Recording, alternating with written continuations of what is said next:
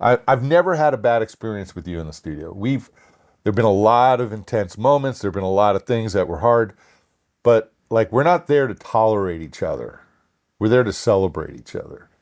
And no matter what the situation is, if we're just tolerating each other, I usually move on.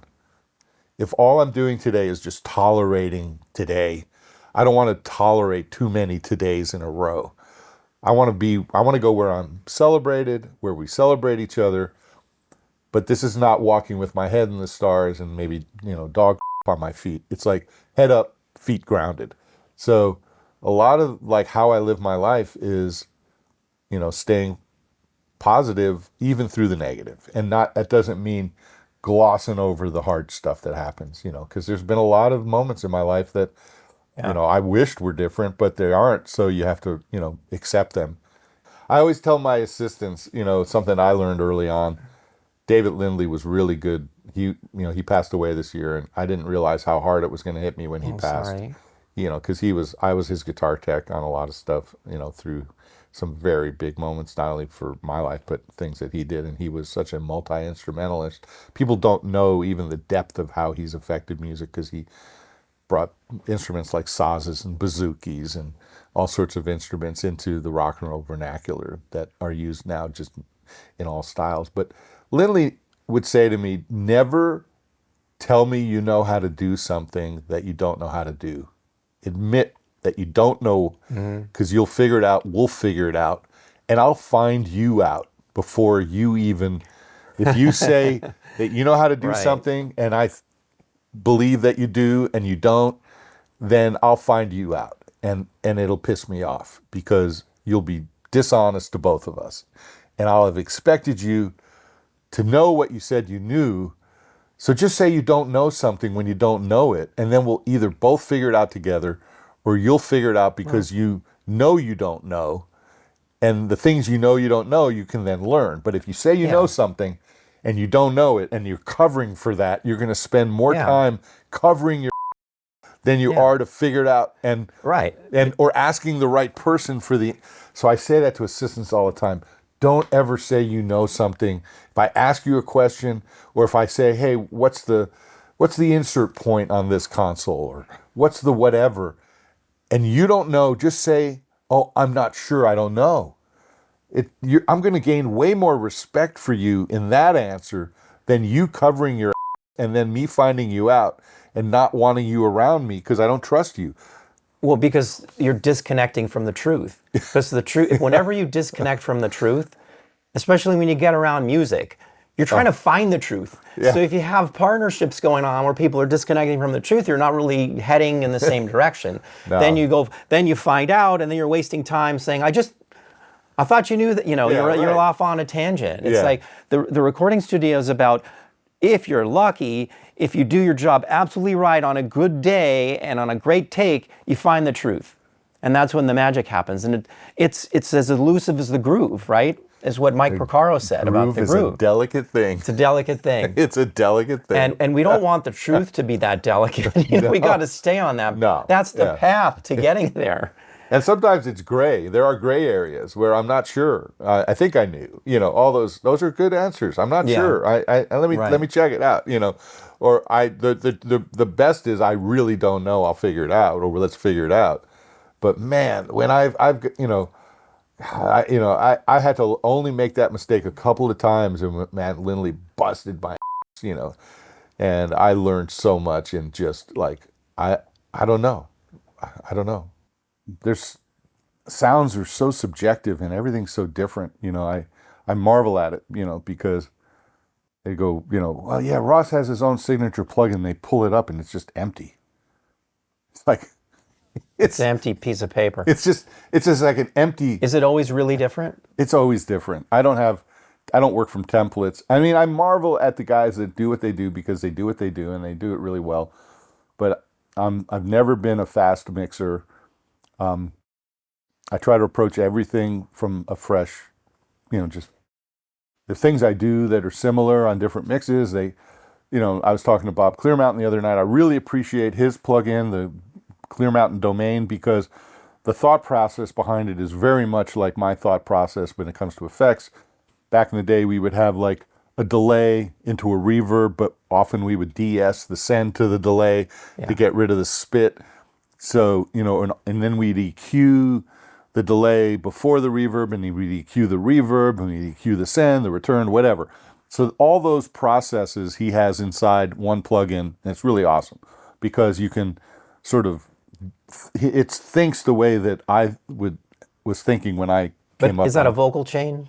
No, it's just, he has, the Clear Mountain Domain is an effects processor that's a reverb delay, it's got phasing, it's a killer plugin. For anything, for not just vocals. No, just whatever, I use it all over on all sorts of guitar solos, whatever. But we were kidding around earlier about what my favorite plugin is because it's about protecting our ears. And it's plugging in these earplugs when I'm around loud music to protect my hearing. And these are the ones that are made, that model your ear, that are used. You have an audiologist that puts the foam in your ear, and it has either the 9 or 15 or 25 dB inserts. What do you have in there? These are 9s. It's just like turning the volume down. It literally is basically... So 9 dB, that's like a little more than double. Yeah, because 6 dB, yeah. So this is just like turning the volume down.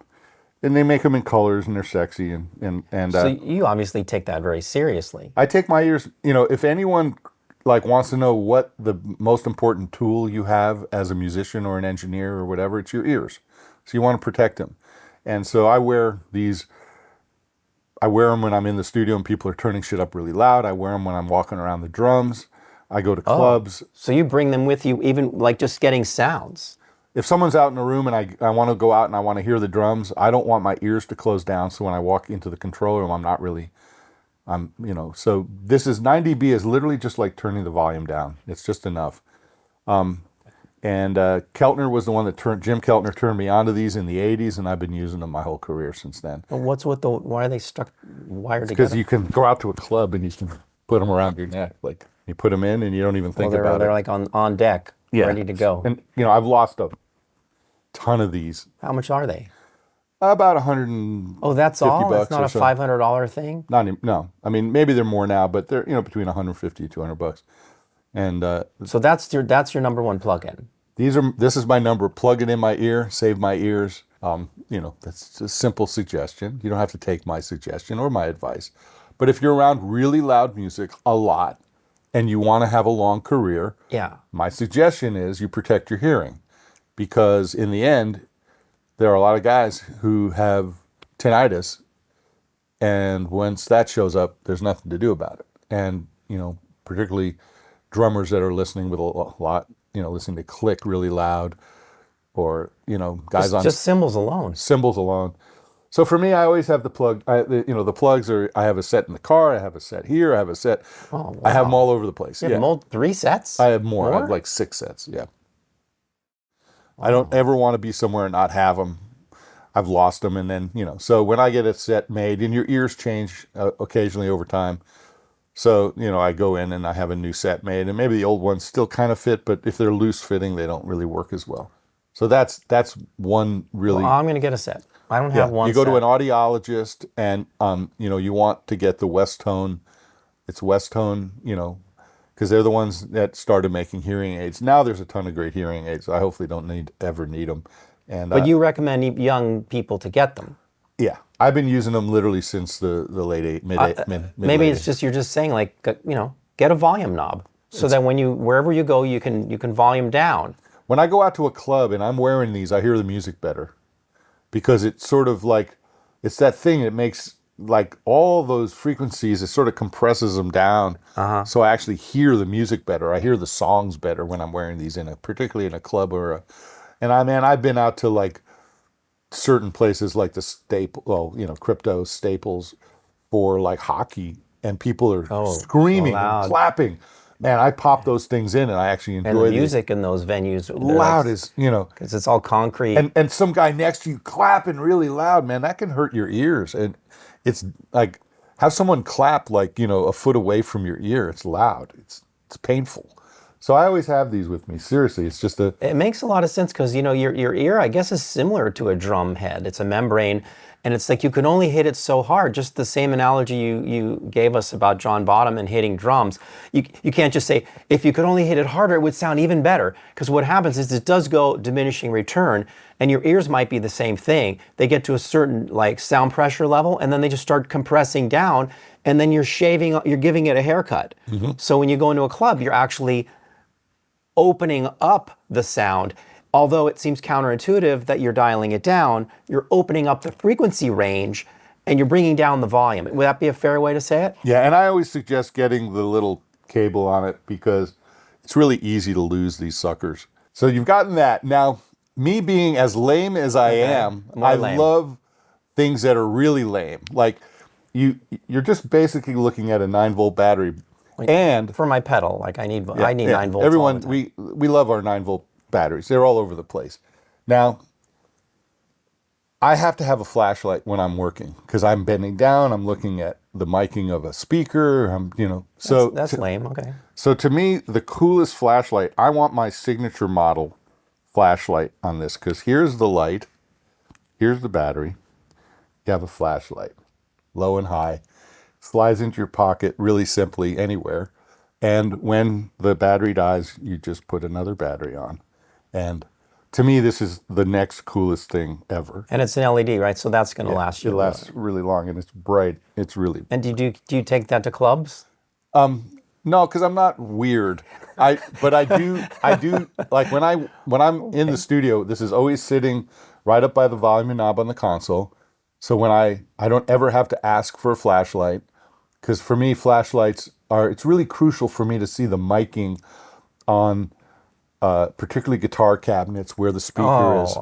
So you want to see and hear what's going on in the studio. Yeah, I want to see and hear. Yeah, and so that leads. Okay. So the flashlight's crucial, and that leads to the next signature model device that I want. This is deeper. This is a laser pointer that measures just distance. It'll store like one setting. And then the next time I point it at something, it'll store that setting.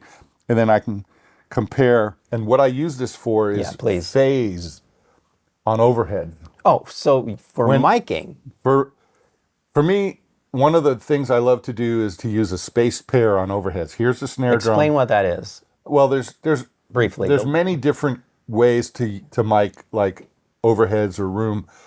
And there's such a thing called space pair, which is just what it sounds like. The two microphones are spaced out from each other a certain distance.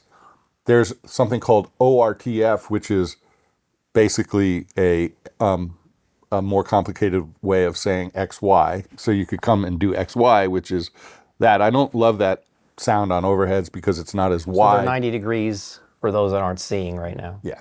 So for space pair miking, the thing that I'm always interested in is keeping the snare drum in the center of these two microphones. So what I'll do with the laser pointer is, I'll just sort of eyeball the two microphones. And I used to use a cable, and I'd put the tip of the cable on the edge of the snare, and I'd go up to here, and then I'd move my arm over to here. That's a charming way to do it. It's a very charming way. And I just found that the thing about that is I needed someone else when I did room miking, and I have the two mics, maybe 10 feet apart or whatever, maybe 6 feet from a kick drum, I'd have to have someone hold that end of the cable on the edge of the kick drum because for the overheads, I want the snare in the middle. In the room mic, I want the kick in the middle. So what I do with the laser pointer, since phase is time and distance, if you have something this far from something, there's an amount of time that it takes to reach the microphone from the source. Now, if they're spaced out and that's the source, or this is the source going up, for me, one of the key things when it comes to miking drums and having multiple mics on drums is phase. When you get like a cruddy drum sound from someone, it's when things are out of phase because the snare drum's all thin and the kick drum's all weird, and the cymbals are going. And that's because the microphones are out of phase. Correct. The distances aren't jiving with each other, right? For it could be any number of reasons, but I reduce the possibility of funky phase right off the bat by measuring with this. I'll put on the edge of the microphone and point it down at, like, say, the snare drum, and I'll do that, and I'll capture that, and then I'll go to the other microphone on the other side, and I'll point it down, and I'll go, oh, okay, that's 2 inches, or, that's a half an inch off, and then I'll adjust them so that the distance to the snare drum is equal On both mics. on both microphones. So when I go into the control room and I push up those faders, usually the odds are the drummer just hits the snare drum, that both those meters will go. Oh, I've never really thought of it that way. So that way you know that both mics are capturing the sound, the delay is the same. It's as simple as that. Time and distance equal phase.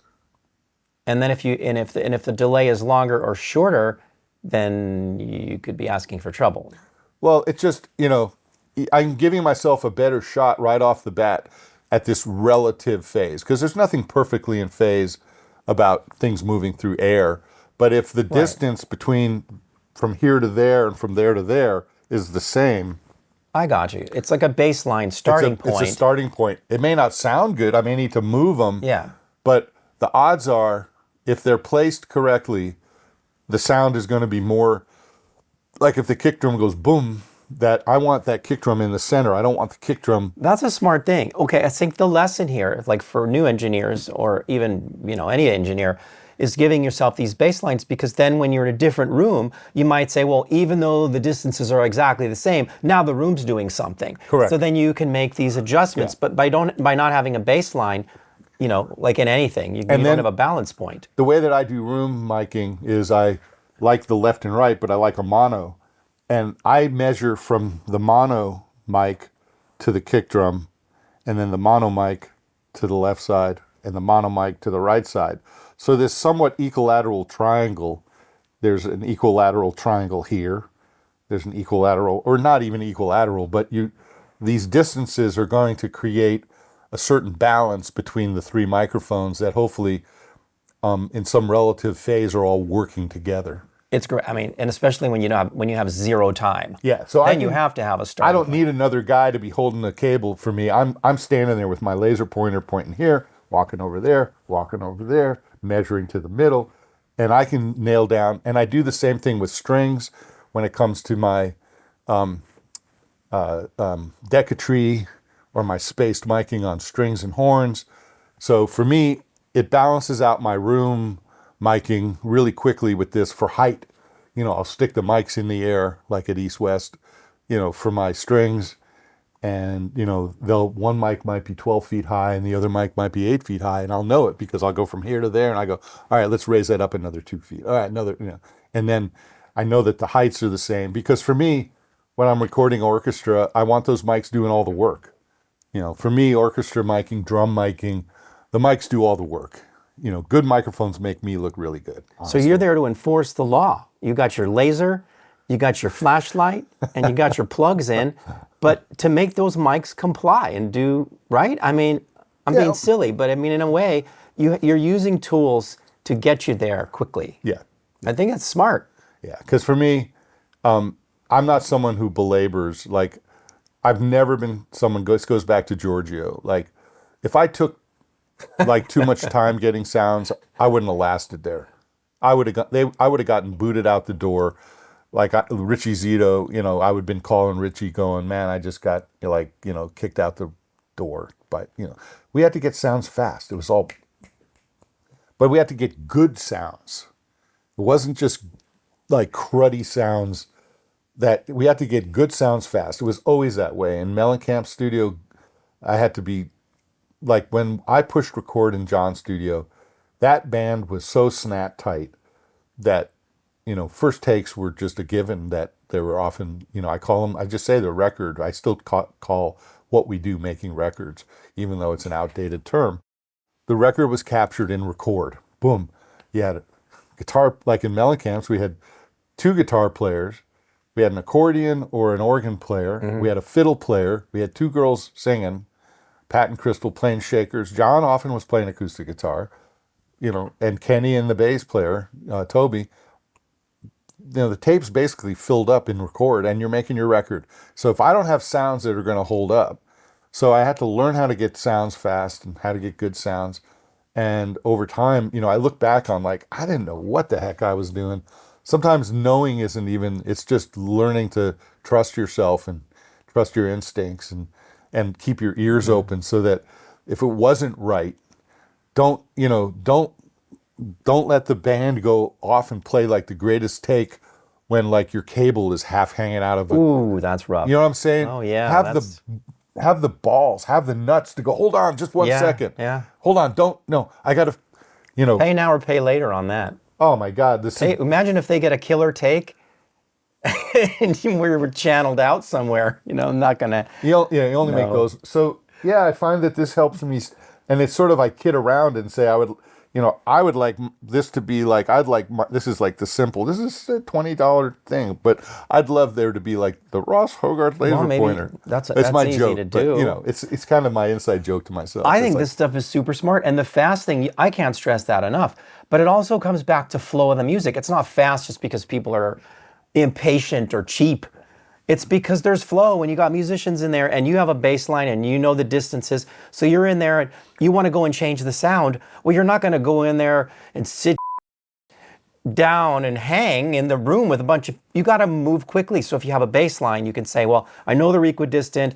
I see there's like too much soft stuff over here. I'll adjust them and you can move quickly, come back in because you got to keep the flow. Yeah, You absolutely. might even sacrifice, like if I had another hour, I'd be able to do this, but like that is less important. yeah, I've always had to. There's always been like, you don't want to sacrifice, like you're going to sacrifice something in general. You have to be willing to know that, like, what's important is what's important, and that's why when people ask me questions like, "What's your favorite microphone?"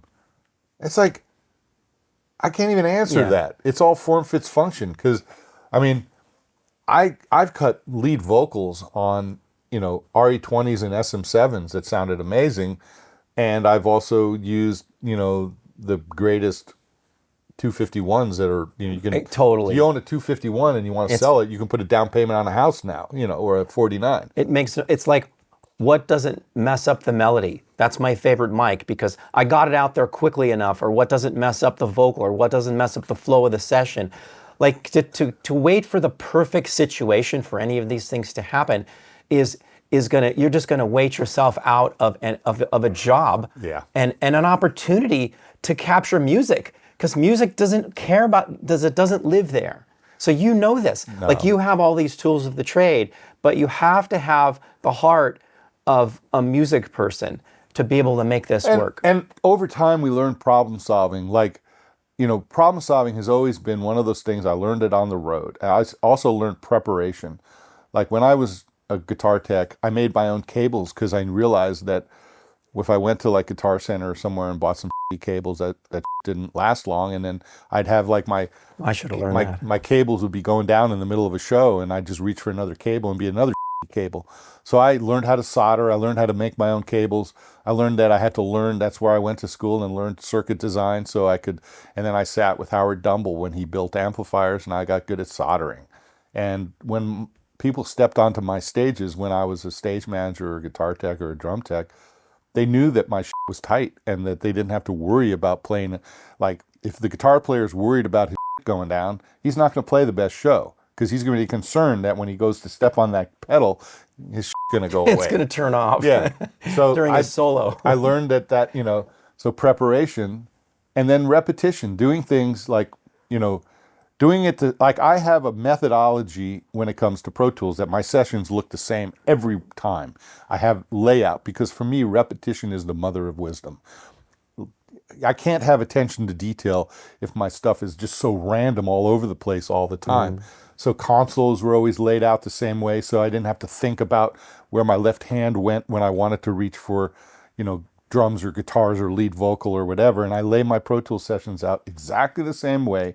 Every session is laid out the same way. It doesn't mean I approach it the same, but at least when you open my sessions, there's a method to my method. And that works for me. I'm not going to tell anyone, use my way of doing it, but have a way to do it.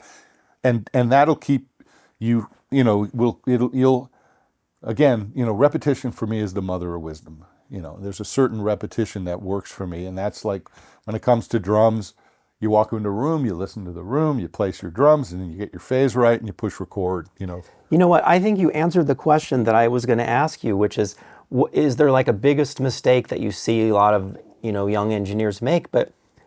And you may have one. Maybe there's one glaring one, but it seems like, as it is in most things, it's the little things. And you've mentioned 10 little things, like even showing up before everybody else gets there, being open, using tools, finding your own devices like that work.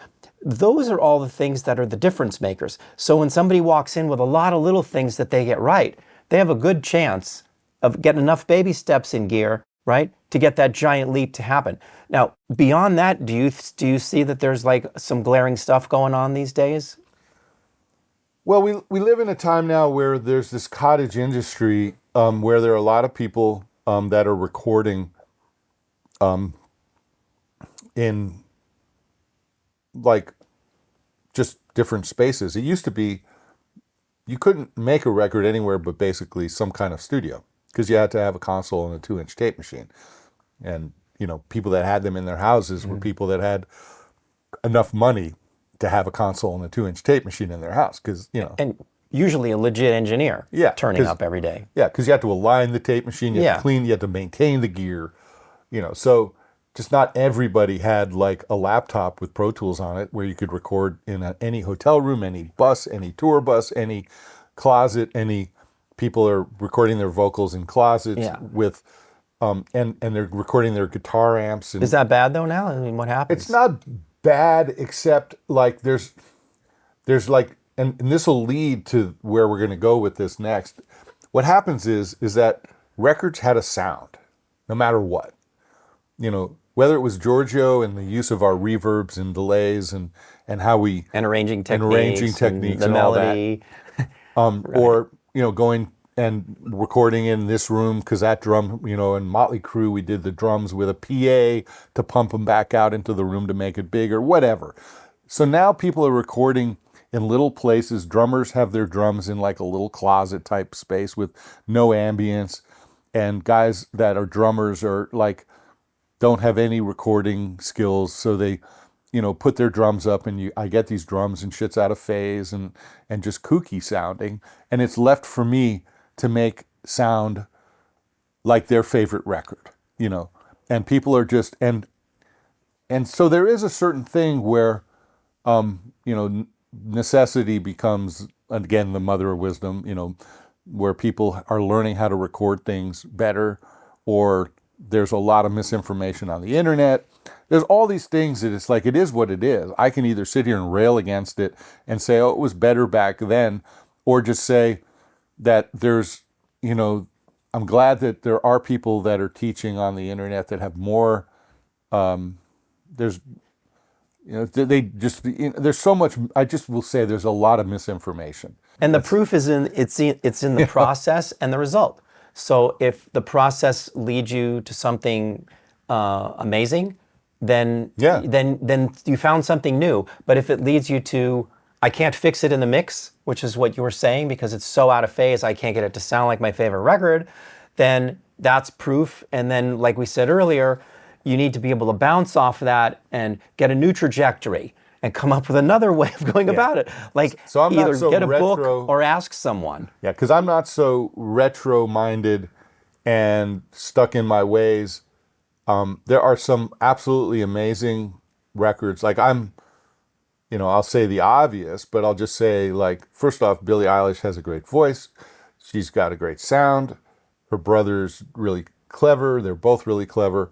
They make like ridiculously like great sounding music, and they do it all like in totally non-conventional spaces.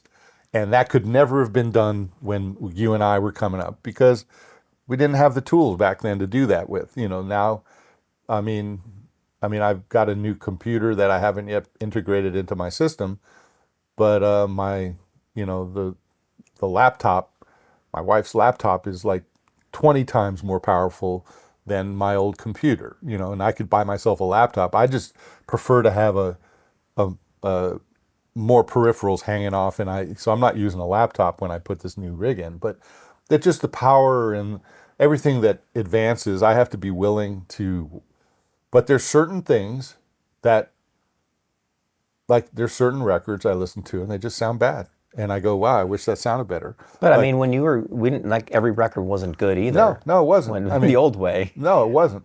I'm just saying that there's certain records that I listen to and I go, wow, that music could have afforded like some better recording techniques. And then there's other records I listen to and I go, I don't know how the hell they did that, but it sounds fucking amazing. But you like the firepower too, where you don't have to go through all the legwork, where you can have a plug-in that can. I've been mixing out of my garage. When I bought my house in the 90s and I turned my garage into a studio, it wasn't to turn it into a studio, it was just to have a space, because I was living in Studio City, and man, I just so needed a room. So I blew out the ceiling and double doored glass. It's a real nice room, but I had no intention that in my mind that I would be mixing records in my house. It was like I still was of the mindset I had to mix on a console. So you didn't build a mix room. I didn't even build a studio. I just built a room that Okay. that is really comfortable to be in, because I knew I needed a space to like just make music, Right. make noise, work on arrangements with bands, whatever. But what happened with the advent of Pro Tools delay compensation, speaking of phase, where you could use the outboard gear, that I've had a ton of outboard gear over my years. I collected a ton of analog gear.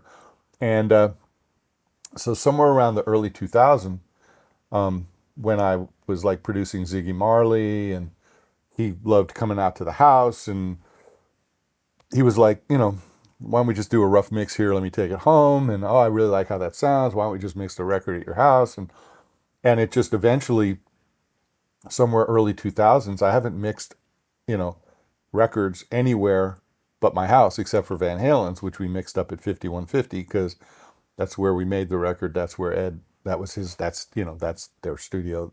They weren't going to go anywhere. But even recently, Alex has some rough mixes and stuff I did out of my house that he was saying how good it sounded. And like, because first off, I know my room. I use good gear. It's all about the ears in the end, right? That's comes back down to like whether you're doing it in your closet or somewhere else. Yeah. If the result, no one, when I won the Grammy for Love Is My Religion, no one said, well, we're not going to give this record a Grammy because it should have been mixed at Ocean Way or something. Everything I worked on in the 80s was a multi-platinum. Everything. It was just, too. It was just, we took it for granted. It was just like, Change the. it was just like, I have those things piled up in storage just because they're too obnoxious. I only have a couple around. Like the last one is coming into its 25th anniversary this week. Jules' Spirit record, which sold 4 million at the time, is the last multi-platinum record I've made, and that was 98. That's 25 years ago. And so you can't get disillusioned because something changes. The only thing we ever know for certain is that things change.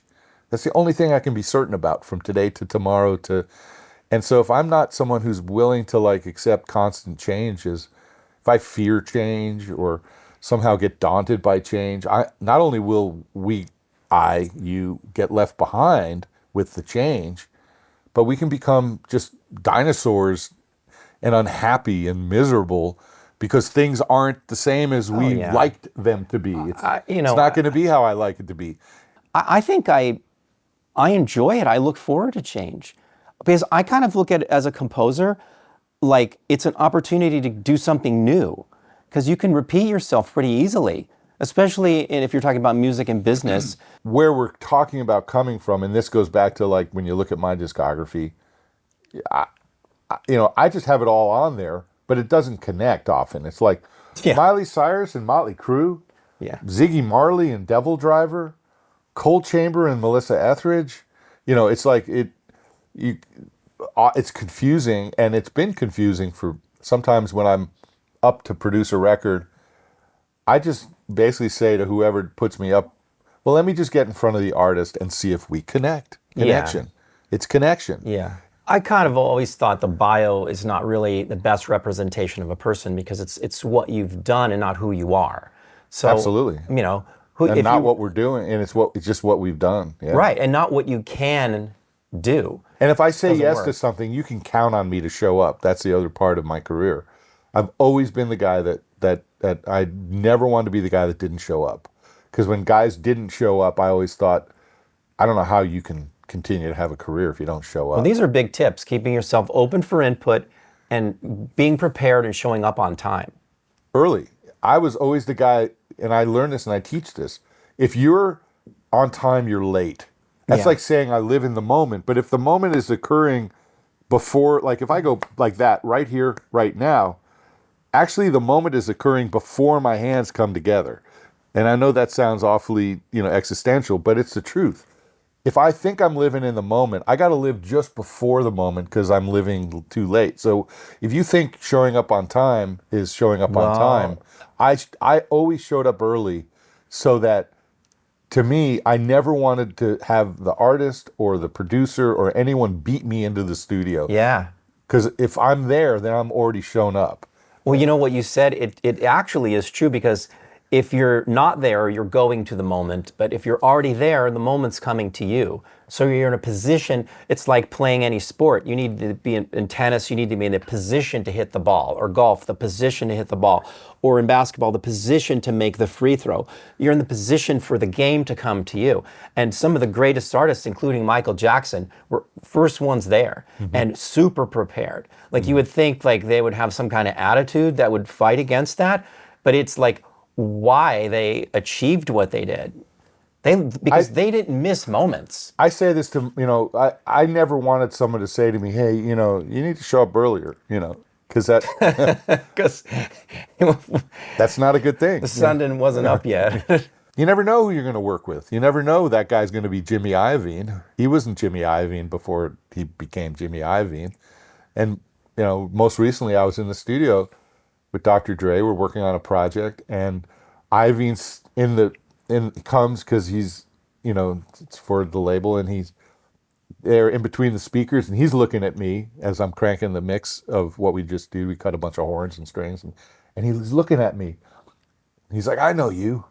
I'm like, yeah. I said, we worked a lot in the 80s. You came out to Rumble all the time. I said, we designed a radio station for you so you could get in your car and listen to mixes. We used to send them up and back down to your car. He's like, yeah, that's right. And we had this great moment.